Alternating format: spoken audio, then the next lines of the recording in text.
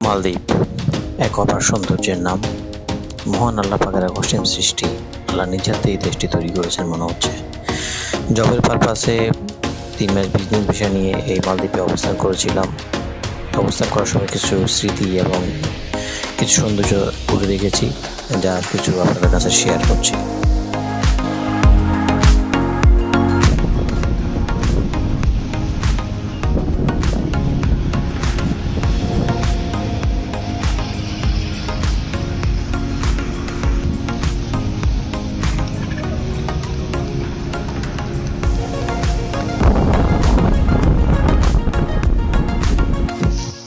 যে সাইলাগো রিসোর্ট, এই যে সামনে এই যে সামনে যেটা দেখছেন এটা হচ্ছে হার্ড রক। হ্যাঁ,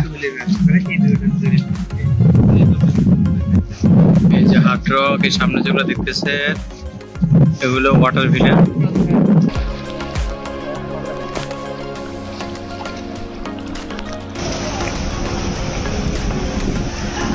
বিজনেস ভিসার জন্য এত ঝামেলা, এটা তো জানতো না। অনেকগুলো সাধারণ ছেড়ে দিয়েছে না।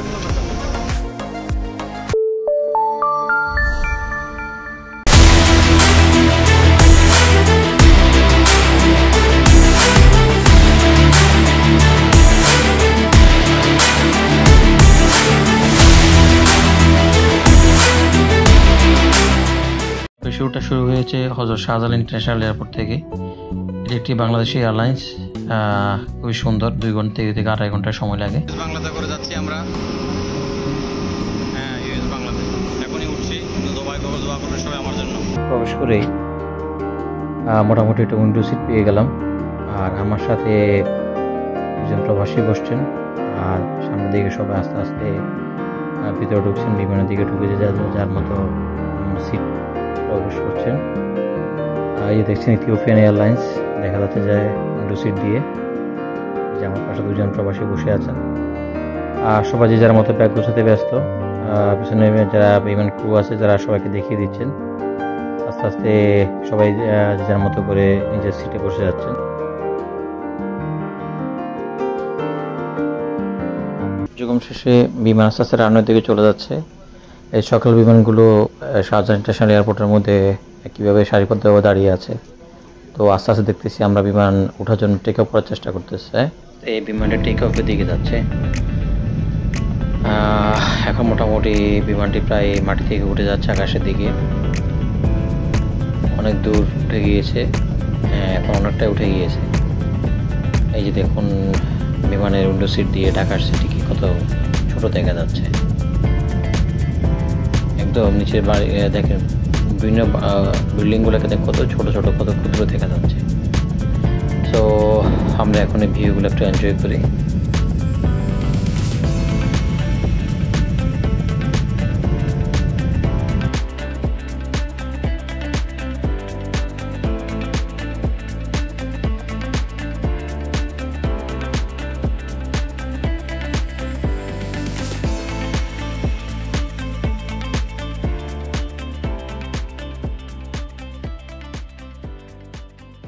দেখতে দেখতে বিমানের মধ্যে খাওয়া জোর আসলো। এই যে সাদা ভাত, তারপর চিকেন, একটা এগ আছে, তারপরে চাইনিজ সবজি আছে, তারপরে একটা ফিরনি আছে। এই দেখেন খেতে খেতে বাইরের দৃশ্যটাও দেখছি, কত সুন্দর লাগছে। দেখেন আকাশটা কি সুন্দর নীল। আমরা এখন মেঘের উপরে আছি। এরকম পরিবেশে এরকম খাওয়া সত্যি অসাধারণ। সাগরের উপর দিয়ে এখন আমরা মালয়েশিয়াতে ল্যান্ড করতে যাচ্ছি। এখন ইমিগ্রেশনে যেহেতু আমি বিজনেস বিষয় নিয়ে আসছি, সেহেতু আমি আলাদা লাইন, আর একটা ট্যুরিস্ট ভিসার লাইন। আর ডান দিকে যারা দেখছেন এরা বাংলাদেশি প্রবাসী, এরা এখানে কাজ করে মালদ্বীপে। একবারে বেহালা ইন্টারন্যাশনাল এয়ারপোর্ট থেকে বের হলেই আপনি দেখতে পাবেন আমার জন্য ওয়েস্টার্ন ইউনিয়নের মিজান ভাই, তারপরে আনোয়ার ভাই এবং সুমন ভাই আমাদের এসে অপেক্ষা করেছিলেন। দেখেন কি সুন্দর পানিগুলো, এত নীল ক্রিস্টাল ক্লিয়ার ওয়াটার, দেখলে আপনার মন ভরে যাবে। এয়ারপোর্টের বেরোলে আপনি এটা দেখতে পাবেন, এত সুন্দর, অনেক সুন্দর। ভাড়া নিয়ে মালয়েশিয়া সিটি থেকে যাত্রা শুরু করলাম। সামনে সিটে বসে আছেন ওয়েস্টার্ন ইউনিয়নের এজেন্ট বিরাট ট্রাভেলসের কাজ করেন আমাদের বাংলাদেশি প্রবাসী আনোয়ার ভাই, এবং আমার পাশে বসে আছেন ওয়েস্টার্ন ইউনিয়নের একজন প্রতিনিধি মিজান ভাই। যার সাথে আমি থাকবো ইনশাল্লাহ। আর এই যে সামনের দিকে দেখা যাচ্ছে একটা ব্রিজ দেখা যাচ্ছে। এই ব্রিজ মূলত মালে এবং হুলু মালে সিটিকে আলাদা করেছে। খুব সুন্দর একটা ব্রিজ, এটা চায়না তৈরি করে দিয়েছে। অ্যাকচুয়ালি দেখেন এই যে এনভায়রনমেন্টটা দেখেন, নামলার সাথে সাথে বৃষ্টি, মালদ্বীপের যে কখন রোদ হয় কখন বৃষ্টি সঠিক ঠিকানা নেই। হুট করে বৃষ্টি হয় আবার হুট করে রোদ শুরু হয়ে যায়। এখন আমাদের পাইলট সাহেব ডান দিকে টার্ন করছেন মালে সিটির দিকে। এখানে আসলে সবাই ক্যাব ড্রাইভার যারা আছেন সবাই মূলত এখানে মলডোভিয়ান, এখানে অন্য কেউ নেই, মানে যে গাড়ি চালানোর মতো কেউ কারো পারমিশনও নেই। তো সামনের দিকে এগিয়ে যাচ্ছি আস্তে আস্তে মালে সিটির দিকে। এই যে এই ব্রিজটা দেখছেন, এটা সাগরের উপর দিয়ে তৈরি করা, খুবই সুন্দর। এটা নয়ন জোড়ানো একবারে। গেলে দেখতে পাচ্ছি ওই যে চায়না ফ্রেন্ডশিপ যে সেতুটার সে মেইন গেট, খুবই সুন্দর। এই যে ঢাকা শহরের মতো আবার জ্যাম শুরু হয়ে গেছে। অবশ্যই এটা এই জ্যামটা এরকম না, এটা হচ্ছে সিগন্যালের জন্য আমরা দাঁড়িয়েছি। সার্চিং করতে দেখি খুবই সুন্দর জোরালো আবহাওয়া। আমার সাথে মিজান ভাই আছেন, উনি হাঁটছেন আমার সাথে, এর সাথে আমরা ঘুরে বেরিয়ে পড়লাম মালে সিটি দেখার জন্য। তো আজকে আমার সাথে আছেন আমাদের ওয়েস্টার্ন ইউনিয়নের বিভিন্ন কর্মকর্তাবৃন্দ। ডাবল ডেকার বাসে করে যাচ্ছি হুলু মালে সিটি দেখতে। মালে এবং হুলু মালে সিটির মাঝখানে একটা ব্রিজ রয়েছে যেটা চায়না তৈরি করে দিয়েছে, সামনে আমরা দেখতে পাবো। খুবই সুন্দর, সাগরের মাঝখান দিয়ে মালে এবং হুলু মালে সিটিকে সংযুক্ত করেছে। তো দেখেন, এবং রাস্তাঘাটের সৌন্দর্যগুলো কত সুন্দর, একদম ছিমছাম গোছানো সহ। এই যে মোড়টা দেখতে পাচ্ছেন, এখান থেকে শুরু ব্রিজের। সামনের দিকে দেখুন একটা সাগরের মাঝখান দিয়ে ব্রিজটা চলে যাচ্ছে, পাশাপাশি সেই সমুদ্রের ঢেউ। তো আপনারা এই ঢেউয়ের সৌন্দর্য প্লাস ব্রিজে যাওয়ার যে অভিজ্ঞতা তা একটু উপভোগ করুন।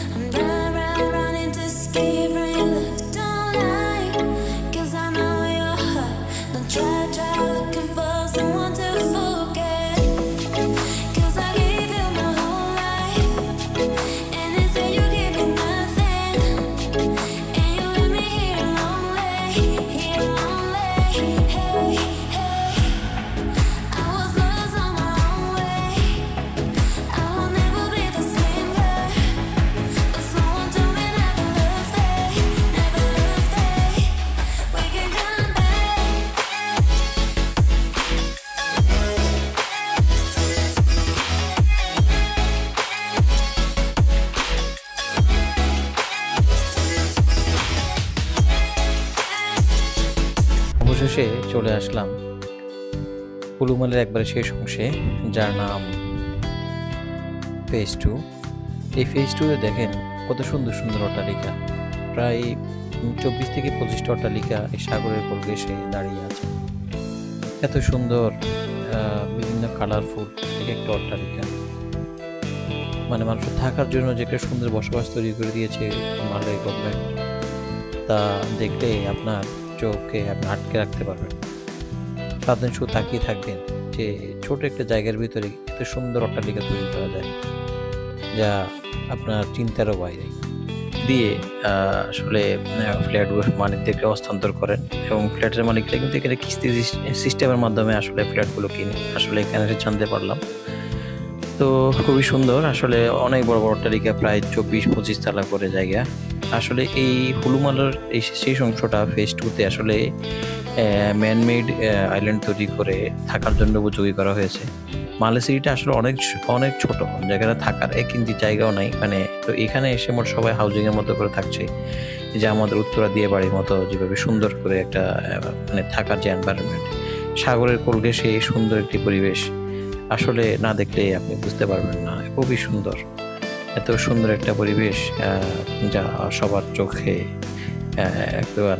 মানে খুবই সুন্দর। আমি মানে বাসায় ব্যক্ত করা যাবে না, আপনি আসেন, দেখেন এবং উপভোগ করেন।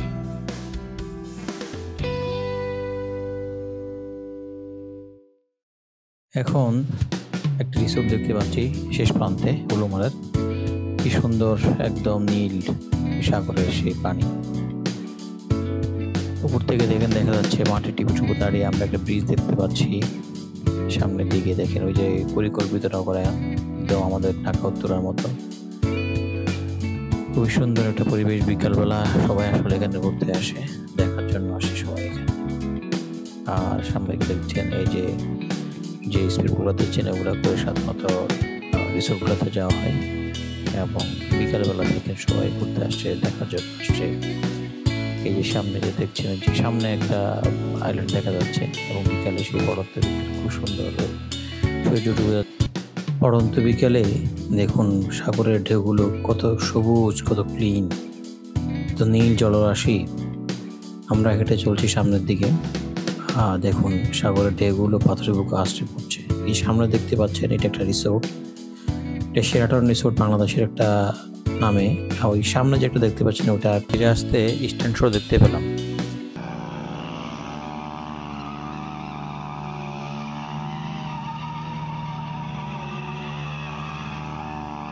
কাজের ফাঁকে বেরিয়ে আসলাম মালদ্বীপের প্রেসিডেন্ট ভবনে এবং কবুতর পার্কের সামনে। অসাধারণ একটা সুন্দর।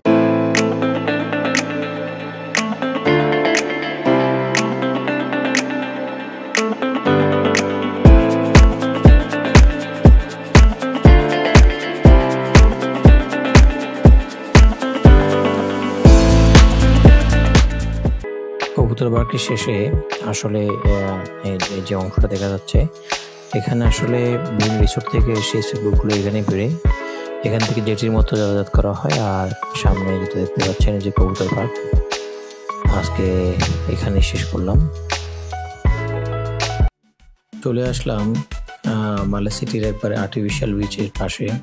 এই যে একটা ব্রিজ দেখতে পাচ্ছেন যেটা মালে মৌলমালে কানেক্ট করেছে। সুন্দর একটি পরিবেশ। সাধারণত বিকালবেলা সবাই এখানে আড্ডা দেয়, গল্প করে এবং বিচের পাশে দাঁড়িয়ে সবাই একটু প্রাকৃতিক সৌন্দর্যটা উপভোগ করে। এই যে দেখতে পাচ্ছেন এটা আর্টিফিশিয়াল বিচ, ম্যানমেড তৈরি, খুবই সুন্দর। এবং পাশাপাশি ওই বিচের পাশে মালদ্বীপের মেইন সিটির যে রাস্তাগুলো, সবাই বিকেলে রাস্তা দিয়ে এসে এই বিচের সৌন্দর্যটা উপভোগ করে এবং নিজের ভালো সময়টুকু এখানে কেটে যান।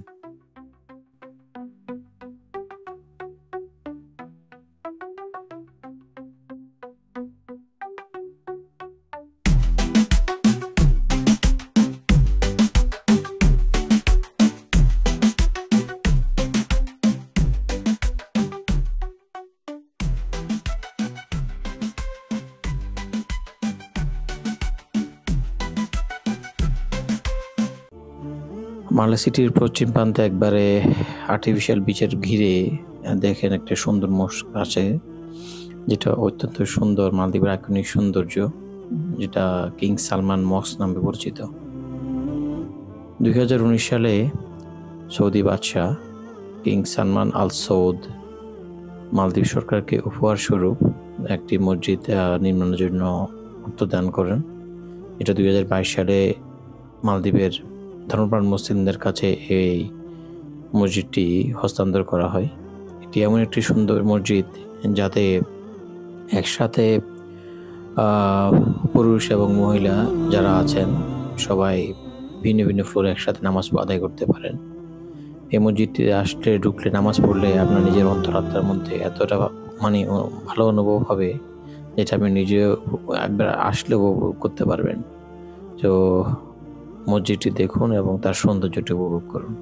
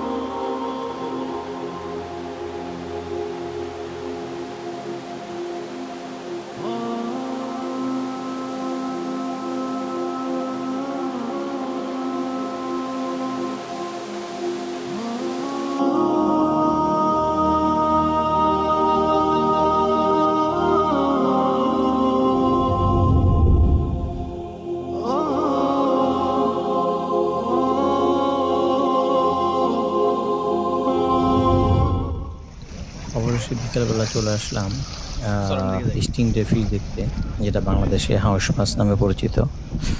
এই যেটা দেখতে পাচ্ছেন এটা হচ্ছে মালদ্বীপ ফিশারি ঘাট, তার পাশেই এখানে এই যে স্টিং রেগুলা একদম খাবার খেতে চলে আসছে। এখানকার যারা আছেন সবাই এদেরকে খাবার দেয়। তো দেখুন পানির সাথে সাথে তারা কীভাবে তুলছে এবং তাদের যে উইংসগুলো দিয়ে পানির সাথে কীভাবে সুইমিং করছে, খুবই সুন্দর। বিকেলের সবাই ভ্রমণ প্রবেশও যারা আছেন সবাই এখানে আসেন দেখার জন্য। এই বড় বড় অনেক বড় বড় মানে মালদ্বীপের লোকজন এগুলোকে ওনারা ট্রেডিশনাল ফিশ হিসেবে দেখেন এবং এগুলোকে তারা হান্টিং করেন না। এগুলা সৌন্দর্যের জন্য এখানে আসে। বিকালবেলা বিভিন্ন রকম মাছ খেতে দেওয়া হয়, অনেক কিছু খেতে দেওয়া হয়। এই যে সবাই এসে দেখছেন বিকালবেলা এখানে এসে দেখছেন এই যে স্পিড বোটগুলো দেখছেন, ফিশিং বোটগুলো দেখছেন।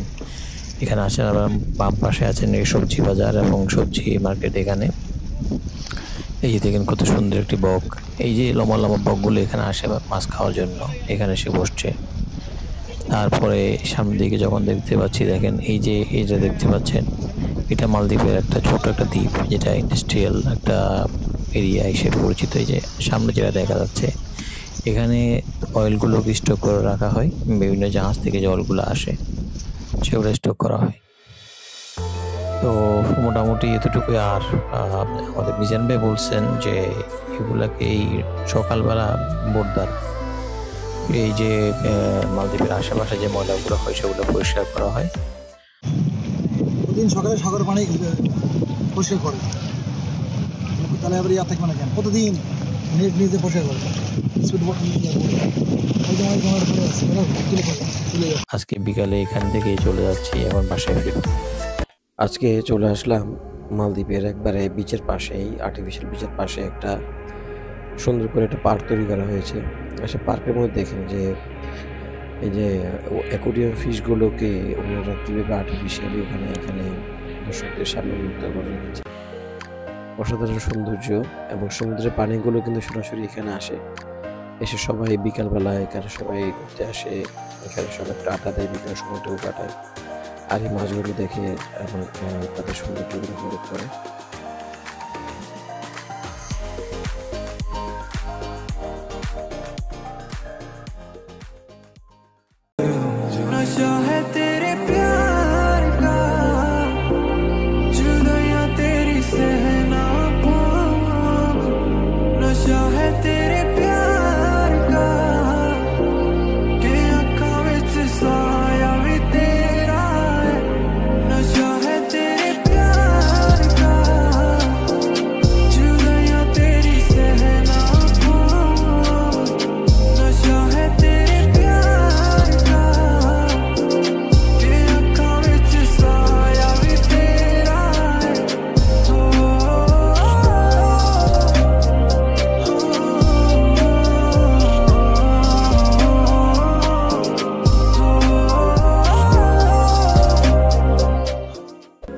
আজকে বিকালে শরীফ ভাই, আমার ভাই মিজান ভাই সহ আমি মারা সিটির দক্ষিণ পশ্চিম পাশে সাগরের কোলে দাঁড়িয়ে একটি সুইমিং পুল আছে, যেটা একবারে সাগরের সাথে লাগোয়া। তো সবাই মিলে আজকে একটু সুইমিং করব এবং আমাদের কিছু শর্ট থাকবে এবং মজা করবো। এইগুলো দেখুন সবাই, আমি এবং আমার ভাই নেমে পড়লাম। তো আমার ভাইকে জিজ্ঞেস করেছি আসলে মোবাইল দিয়ে শর্ট নেওয়া যায় কিনা। তো আমরা মোবাইল দিয়ে শর্ট নিচ্ছি, এর বেশি কিছু করা যাচ্ছে না, তো ক্যামেরা না থাকার কারণে।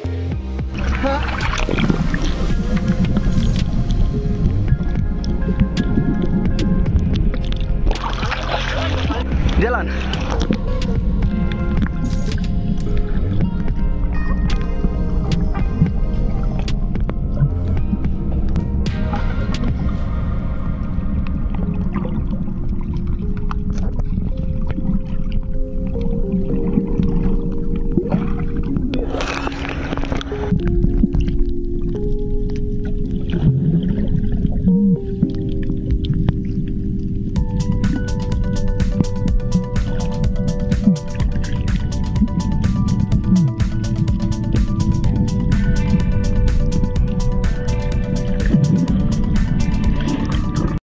रेडी? हाँ रेडी।